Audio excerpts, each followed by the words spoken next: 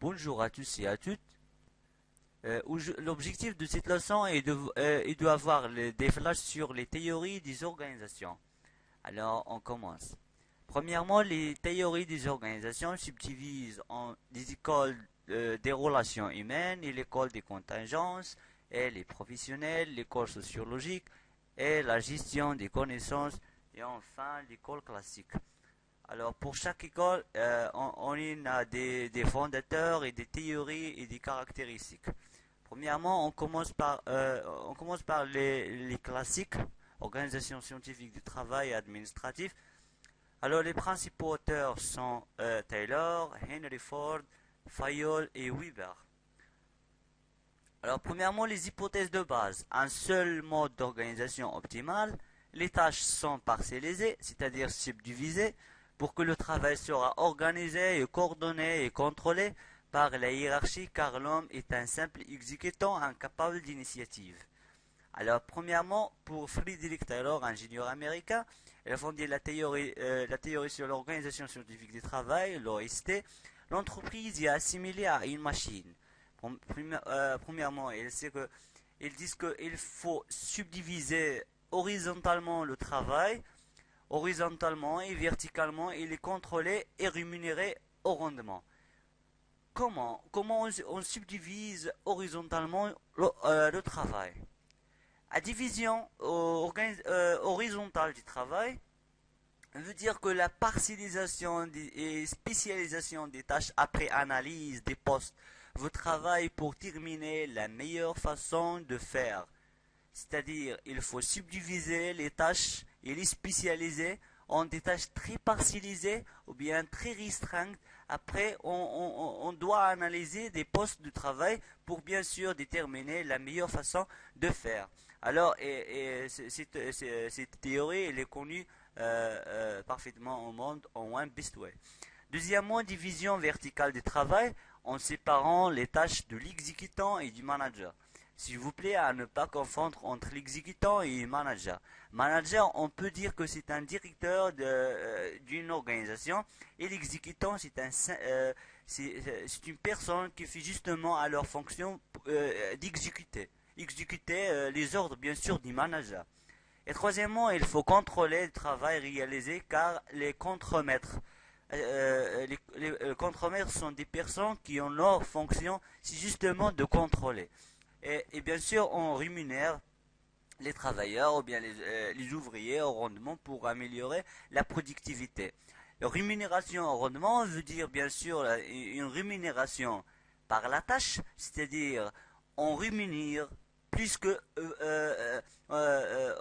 comment dirais-je, c'est rémunération au rendement, c'est une rémunération qui correspond à un nombre de pièces produites. Alors, par exemple, si on produit 10 pièces pour, par exemple, 100 dirhams, puis on ajoute des pièces produites, puis on rémunère plus. Deuxièmement, il est fort industriel américain. Leur théorie est fondée sur la standardisation des produits et l'OST. Alors Ford rationalise bien sûr l'organisation de la production en reprenant les principes de Taylor. Premièrement, la production en grande série, ou bien en grande masse, de produits non différenciés pour réaliser des économies d'échelle. Retenez bien, s'il vous plaît, que les économies d'échelle veut dire que l'augmentation de la production qui accompagne l'augmentation des coûts unitaires, coût de chaque pièce produite. On peut dire que c'est la définition des économies d'échelle. Deuxièmement, travail à la chaîne. Travail à la chaîne, c'est le produit se déplace sur une chaîne de montage. Troisièmement, la spécialisation horizontale, c'est le processus de production et occupera en tâches élémentaires, en tâches bien distinctes, bien partialisées et bien précisées, bien spécialisées. Henry Fayol, l'ingénieur français, dit que les fonctions dans l'entreprise et l'administration sont très diversifiées. Le directeur des mines d'Akisville identifie 6 fonctions. Premièrement, la fonction technique, veut dire que la production. Deuxièmement, fonction commerciale. Bien sûr, elle subdivise en trois volets, achat, vente, échange, etc. La fonction financière, recherche et gestion des capitaux. Puis, la fonction sécurité, protection des biens et des personnes, fonction comptable, compte des résultats, bilan, inventaire, etc. Et la fonction administration, c'est la fonction de direction, bien sûr. Henry Fayol, les missions de la fonction administrative, bien sûr, de directeur, on peut dire du directeur. Pour Fayol, l'administration consiste à prévoir, organiser, commander, coordonner et contrôler. PO3C. Prévoir, c'est-à-dire anticiper ou bien réaliser des hypothèses sur l'avenir. Organiser, c'est mobiliser des ressources pour atteindre ses objectifs. Commander, gérer les hommes en donnant des ordres. En donnant des ordres. Coordonner, ce sont des actions faisant converger vers le même objectif. Alors, les actions doivent être très coordonnées, c'est-à-dire doivent être convergées vers le même objectif. Contrôler, bien sûr, pour vérifier que les objectifs fixés seront atteints ou pas. Il énonce 14 principes généraux d'administration à une bonne gestion. Alors pour Max Weber, sociologue et avocat allemand, les sources du pouvoir dans trois types d'organisation. Le fondement de l'autorité dépend du type d'organisation. L'organisation traditionnelle, l'organisation charismatique et l'organisation rationnelle. L'organisation traditionnelle veut dire que le pouvoir est dû au statut, propriété de l'entreprise. La succession est souvent familiale. Deuxièmement, l'organisation charismatique, c'est-à-dire en appliquant un style de commandement autoritaire, c'est-à-dire l'autorité provient des qualités des dirigeants et elle n'est pas transmissible. L'organisation rationnelle, la fonction exercée confère le pouvoir. Weber considère ce type d'organisation comme le plus efficace.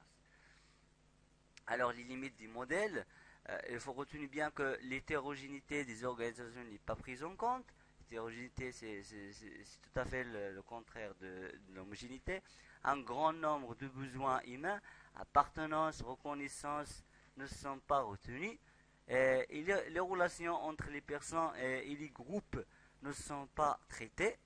Et bien sûr, les interactions et interrelations entre l'environnement et l'organisation sont bien sûr ignorées.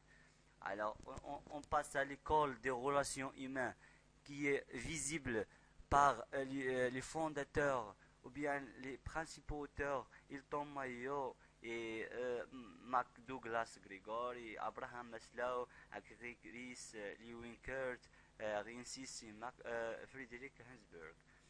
Alors, pour Hilton Mayo, l'étude au sein de la Western Electric Company, son enquête est basée sur le postulat taylorien que la productivité des salariés dépend des conditions matérielles et de travail. D'autres variables psychologiques apparaissent. Un style de direction plus participatif améliore les rapports avec la hiérarchie, c'est tout à fait normal.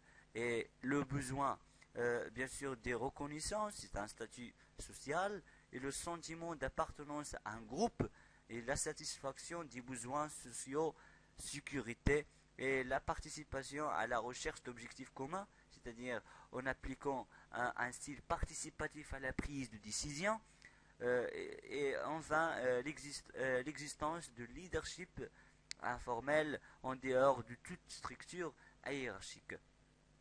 Abraham Maslow, la théorie des besoins, la pyramide de Maslow. Alors un besoin non satisfait reste source de motivation. Alors, premièrement, des besoins physiologiques, ce sont des besoins qui font tout à fait de vivre. Puis, si les besoins physiologiques est bien sûr les besoins physiologiques est bien sûr réalisé, on passe à chercher à atteindre les besoins de sécurité. Après les besoins de sécurité, on cherche à atteindre celles d'appartenance, puis d'estime et puis d'accomplissement. Alors les besoins selon le pyramide de Maslow sont bien hiérarchiques, bien coordonnés. Alors pour MacGregor, il subdivise leurs fonctions ou bien leur théorie en deux volets qui s'appelle la théorie X et la théorie Y. La théorie X dit que les hommes sont paresseux, c'est un postulat de base.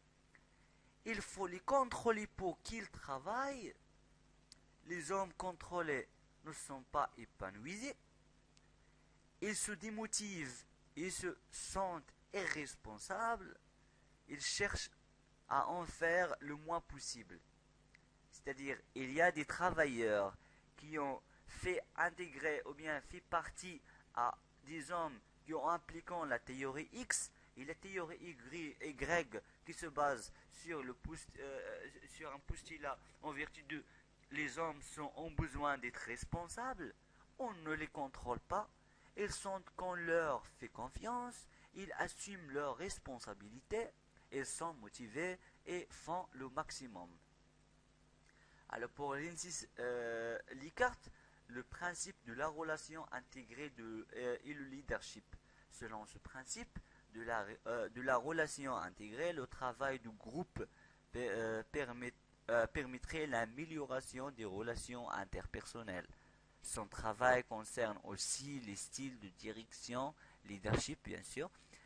Euh, Premièrement, style autoritaire. Le pouvoir est centralisé par la direction, bien sûr. Un ensemble de règles et des normes et des modes de contrôle sont mis en place. Deuxièmement, style consultatif ou bien démocratique, si l'expression est juste. Le personnel donne son avis, mais ne participe pas à la prise de décision. Retenez bien que dans le style consultatif, les personnes peuvent, dans son avis, peuvent dans leur avis, mais par contrepartie, ne participent jamais à la prise de décision. Alors les relations humaines sont améliorées dans ce style. Et enfin, un style participatif, chacun participe à la prise de décision. C'est un style très moderne et bien sûr les relations humaines sont très améliorées.